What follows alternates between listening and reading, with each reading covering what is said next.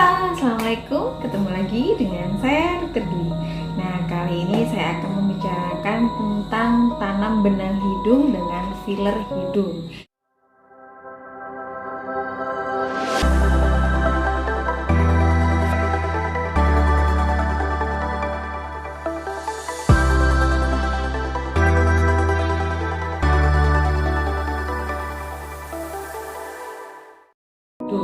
Nah, buat para subscriber yang bingung ya, bagaimana cara memancungkan hidung kita, pilih yang mana antara tanam benang atau dengan filler. Nah, kalau bagi kalian yang belum punya batang, misalnya ini batang hidungnya kurang tinggi, ya bisa dibantu dengan tanam benang dulu. Nah, dari setelah tanam benang 2 minggu lagi bisa di filler.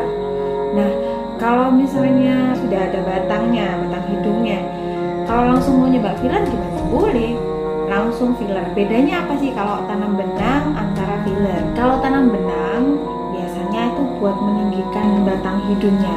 Jadi buat yang pengen hidungnya itu tinggi secara natural, biasanya enggak, jadi tidak bisa dimodel ya. Intinya cuma biar hidungnya lebih tinggi gitu aja. Nah, itu saya sarankan pilih tanam benang. Tapi kalau misalnya pengen dimodel kayak ada mancungnya sedikit atau kurang ketinggiannya itu dimodel di ujungnya aja atau dimajuin atau, nah itu saya sarankan untuk pilih filler hidung. Nah, filler hidung ini menurut pengalaman saya, jadi saya ini bercerita tentang pengalaman saya tentang para pasien saya juga ya. Kalau fillernya itu yang biasa, kalau buat hidung saya sarankan jangan. Kalau buat hidung pilih filler yang bagus ya. Jadi dia tahanan, maksudnya kepadatannya itu pas. Jadi kalau dia sudah beberapa minggu dia tidak akan melebar ke kanan atau ke kiri. Jadi pas di tengah.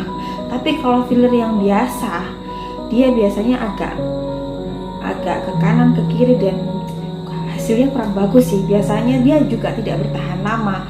Kurang lebih 2 atau 3 bulan udah hilang. Tapi kalau filler itu yang bagus, padatannya tuh pas, itu biasanya dia bisa bertahan sampai 6-8 bulan, kadang sampai 1 tahun tuh bisa, tergantung dari orang itu sendiri. Karena hyaluronidase atau HDS tubuh kita tuh sebenarnya ada anti fillernya, jadi makanya kalau filler itu bisa terserap sempurna, beda dengan silikon. Jadi kalau kalian mau pilih filler, aman nggak sih? Biasanya kalau semua tindakan dokter yang resmi ya, tentunya insya Allah aman. Jadi bahan yang kita pakai itu biasanya terserap sempurna oleh tubuh kita, jadi tidak meninggalkan bekas dan tidak ada efek samping apapun, kecuali dalam pengerjaannya itu memang harus hati-hati ya. Jadi saya sarankan untuk pilih dokter yang ahli atau yang sudah terlatih di bidangnya.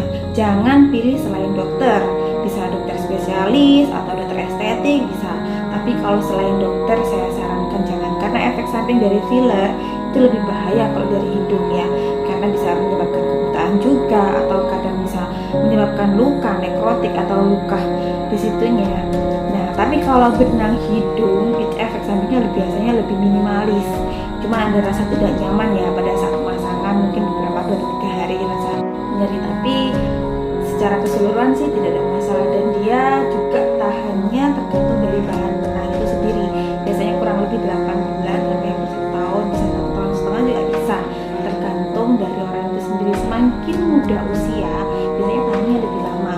Kalau usia di atas 30-an, 35 atau 40-an biasanya ya nggak terlalu, soalnya karena bahan dasar dari benang itu sendiri kan sebenarnya kolagen ya. Jadi kalau kita semakin muda kan kolagen kita untuk menahannya kan lebih banyak, tapi kalau kita sudah usia ya untuk menahannya jadi otomatis kan juga dia lebih mudah terserap gitu, intinya seperti itu ya. Jadi bagi kalian yang bingung antara milih tanam benang apa filler yang bagus ya, tergantung dari kebutuhan hidungnya.